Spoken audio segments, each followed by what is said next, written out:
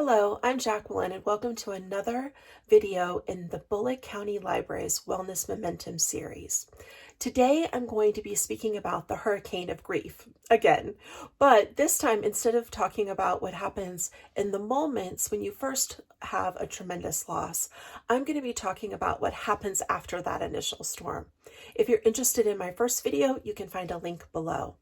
Before we dive in, I want to define the most important term that we're going to be talking about today, which is the word spirit.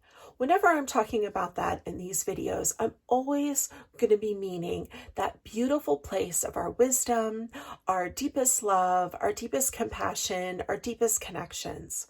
Spirit is where love is an action and not just a feeling. Today, this talk is going to focus on our trauma responses from the standpoint of how our bodies, our minds, our spirits, and our emotions keep working to protect us from being re-injured. But before we can get to the main part of today's talk, let's do a quick recap about how we got here. I'm setting up for us a rubric, a lens, through which we can gently and with positive regard for ourselves approach the big pains of our lives. That rubric is loss, trauma, and then trauma response. So, loss is any major event you have been through in your life that is very painful. I'm not restricting loss in our conversations to just death. We can experience major losses in any area of our lives and in our sense of safety or trust. It also can happen in our communities. Trauma then is the injury that's done to our spirits, bodies, minds, and emotions due to that loss. Then we have our trauma response. The marquee ones, you probably have heard of at least some of these before. Fight, flight, freeze, flop, or fawn. I'm going to give you some examples in a moment of ways I've seen families deal with learning of their loved one's impending death or of their actual death. That kind of gives you some examples of each one of those 5 initial responses. But before I do that, I want to be clear that none of these families did anything wrong. These are normal reactions. They're normal responses to the injury of hurt and pain that happens when one of your loved ones dies. I also want us to be really gentle and caring toward ourselves. This right here may be the part where you need to hit the pause button and say, not today, no, maybe later, maybe never, because this topic is really painful and really difficult. It's the toughest part. It's why I call it the hurricane of loss. When we pause in our context, it's so that we can take some deep breaths and check into our spirits. Can you hear stories of loss right now? It's okay to say that the answer is no. So hit the pause button, click it, or hit it however you're looking at this, and check in with yourself. Are you ready to hear this today? And honor where you are, because it is a valid place to be. Okay? Okay, here goes. Fight. I once had a parent yell at me and cuss me out because they wanted me to install curtains in the room in which we were standing. My heart broke for them because they had to put a buffer with that fight, between them and the terrible loss of their loved one. And so fighting with the chaplain was the best way that they could handle it. Flight. I was also with the family where 2 siblings were passing away, and the family had spent all day with one as they died. And very quickly after the first one passed away, the second one started to actively die. And they just could not do it. They had to leave the hospital. And so I stood at the bedside for them through the night. I repeat, they did nothing wrong. They did what they had to do in order to survive that unspeakable, unthinkable truth of what was happening in their family. Freeze. I remember one family, as we were waiting to hear news from the OR, where Every other member of the family was sitting in a chair like little statues, and they were staring so hard at the floor, like if they could just will the floor to make things different, while one family member paced back and forth, praying out loud to God, their cowboy boots clicking on the floor, and just that sound and that plea, and then seeing all those family members like little statues. That's an image I'll never get out of my mind. Flop. I was with a mother who, upon learning of her child's death, threw herself on the floor and wept for over a half an hour. I get that in my mama bones. Don't you? Oh. Fawn. This term is typically used to describe those who do whatever their aggressor, the person who's creating the loss, wants them to do in order to survive that actual loss in that moment, in traumas that are other than death. But in the healthcare setting, I think sometimes the way in which I experienced this was with over-apologizing. It might sound like this: I'm so sorry, I'm crying. That's what's said out loud, but if you were to really continue that sentence, I think part of what they're saying is, I'm so sorry that I'm crying and taking up space, and I'm having all these big emotions that you're having to face and see and deal with, and I feel really bad about that. Or another example might be where families might not just say thank you to the healthcare team as they're leaving for trying so hard or for trying to help their loved one, but sort of over effusively thanking because it just feels like the only way to handle what's happened. These are all normal responses to the wound, the trauma of the loss. Normal. But what happens after the storm is that we can get easily reactivated and find our way back to these same responses over and over again. It's like we get transported right back out to the shore of that hurricane, and the pain and the trauma is so great that the waters roil and the winds blow, and we're back in that place of trying to survive and hold on for dear life, even though the initial loss was a long time ago or at an earlier point. That's normal too. It's human. I'm human. You're human. Our siblings on this planet of every color, gender, creed, nationality, faith, religion, philosophy are human. To be human is to have a response to the wound of our losses, both initially and as we do the difficult work of healing from those wounds. I break trauma response into 3 expressions. The first are those normal brain-body reactions that we just talked about in the midst of the injury, the fight, flight, freeze, flop, fawn. Lots of other people talk about those as well. But what we're really talking about today is that second type of trauma response that happens afterward. It can happen in the months and the years that follow. Think of that injury related to our losses as being like a terrible sunburn. A long time ago, my beloved Aunt Glitter fell asleep on the beach in the Bahamas on a cloudy day. Now, when this happened, it was more common to, shall we say, put baby oil on your body instead of sunscreen. And she had flipped over, so she was burned everywhere. She stayed in the hotel for weeks. The doctor would come and visit her, and she would be sipping juice and taking pain pills until she was finally at a place where she could fly home. She used to describe it as saying she could hardly move unless she was in a fire of pain. That's how bad it hurt. So let's bring that into our conversation. We have this huge injury, like a terrible sunburn, to our whole being. Grief is one of those normal trauma responses. There are also ones like anger, bewilderment, longing, hurt, physical pain, wanting to control everything, lack of healthy boundaries, overhelping, sort of disconnecting and disengaging from life, trying to think your way through it all, being perfectionistic, blaming other people, becoming highly judgmental, having anxiety, feeling overwhelmed, etc., etc., etc. All of these are normal trauma responses. Often, the way we first responded to the loss and trauma is kind of like the sphere, shall we say, that we come back to in that second whole being response.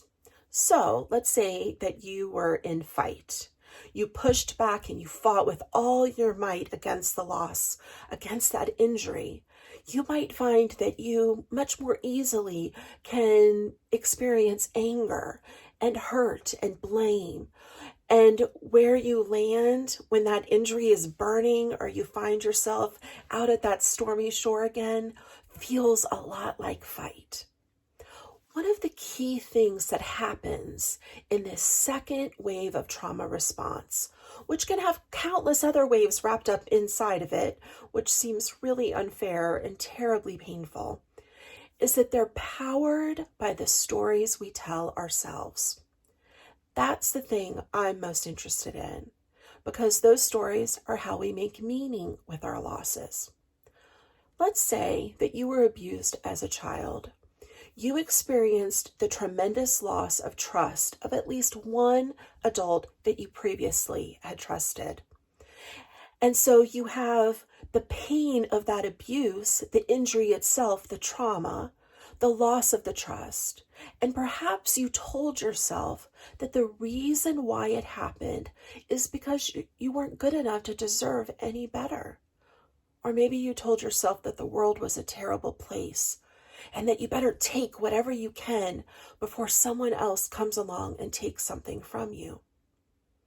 These are the normal stories, the narratives that we all can have a tendency to make up when we are trying to make sense out of that which just doesn't make sense. When my own father died, I made up a lot of stories. One of them was that he was a secret agent and he had to go on a secret mission. But I also made up some more frightful stories at that time. Not as much about my father dying, but more about my sisters who left the family. Stories that no one loved me, stories that I was unlovable, stories that I was worthless. These stories are the key to how we carry our losses and traumas forward in our lives. And they're the key to how we approach our healing of the trauma itself. Let me be clear. I don't ascribe to the school of thought that we heal our losses. My father is still dead. My sisters will never be in our family the way they had been at an earlier time.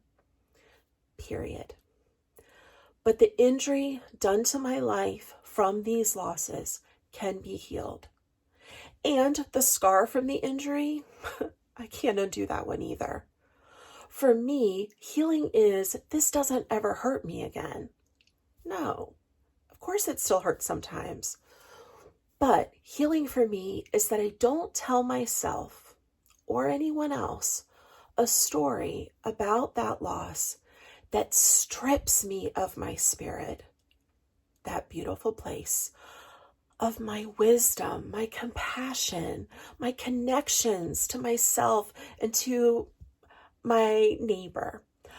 I don't have any stories that strip me of my active participatory love in being a good human toward myself and other humans, period. So let's take a look at your stories. Take a deep breath. I just took one. We all need those. I want to teach you a shortened version of a technique I use in my practice. Today we're going to keep our eyes open, but I typically do this with eyes shut. Just make sure to take off your glasses, because if you were one of my clients, you would know the annoying truth that I always forget to tell people to take off their glasses. Feel free to come back to this section and write it down or watch it a few times till you've got it. But we're going to go through it a little bit more quickly. So we start with palms up and we go like this. On 2, we're going to come to hands together or prayer pose. 1, 2. And then we would take 2 breaths here. On 3, we would rub our palms together. 1, 2, 3. And we would take 3 breaths where we're warming our palms up. Then on 4, we would place our palms over our eyes. 1, 2, 3, 4. And then we would take 4 breaths while we were holding our hands over our eyes. On 2, come back to prayer pose. 1, 2, and 2 more breaths. On 3, rub those palms together again. 1, 2, 3. And take 3 slow, deep breaths here. Now on 5, we're going to slow down here a little bit together. Let's place our warm hands anywhere on your body that feels like it needs you to do so. I'll place my hands on my heart. 1, 2, 3, 4, 5. This is where we get quiet and we listen and we ask this question. What story did I tell myself when this loss happened? You take 5 slow breaths here. And then you can come on 2 back to prayer pose, and then on 1 hands up. And then I usually shake hands out after that to get regrounded. See, these stories that we tell ourselves, they can be beautiful. Like, it was time for him to be out of pain. I am so brave and I am a survivor. I am worthy of a job and a love or a friendship that honors me and honors my boundaries. These stories can also be just really human. Well, that sucked. I can't believe I came through that. I'm so glad it's over. And these stories can be painful. It happened because nothing good ever happens to me. I'm worthless. People are out to get you if you're not careful. I will never trust and I will never love again. Look, talking about what happens after the storm and our trauma response, it's a huge thing. It's not a short video thing. But I did want to take our time today to help invite you into the stories that you've told yourself about your losses. Are they making your life full of more joy, more hope, more trust, more love? Or are they taking something away? There are lots of ways to unpack these kinds of stories. One way is to go to therapy and speak with a therapist about how these stories are impacting our lives. I am a big fan of any kind of therapy that is based in the body, for the body holds the wound and the truth of our stories that we've told ourselves about our wounds. The goal of getting help is not to dismantle the loss or make the initial wound less real. They exist. It's also not about trying to figure out if your wounds are worse or better than anybody else's. If it matters to you and it's hurt you, it matters, period. The goal of getting help is to break the cycle of responding to our wounds and the stories we've told ourselves in ways that harm us and can also harm others. Here's the thing about the hurricane of grief. Even after the major storm has passed, we will all find ourselves out at that shore facing big waves again. I'm reminded of when I got married and my mom and I had tears in our eyes as she walked me down the aisle, whispering together about my father. That's normal. But it can feel really threatening sometimes to us to find ourselves back out there facing those waves again, because we've been here and we don't want to be back in this place that hurt so badly. But the hurt and the love that brought us back here did so because they want us to attend to the wound. All of our trauma response places, they're normal, but they're not typically the ways in which we deeply heal the wound itself. They're a phase, albeit a very vital and important one. And it's one that doesn't have a time limit on it. But they're not meant to be the place where we live. We're not meant to live in our trauma responses. In my next two videos, I'm going to unpack the wisdom of the body. And in the last video about trauma expression, I'm going to unpack the most beautiful thing that can happen, and that is active, curious love. I do hope that you'll join me. Beloved, thank you so much for being with me right this very moment.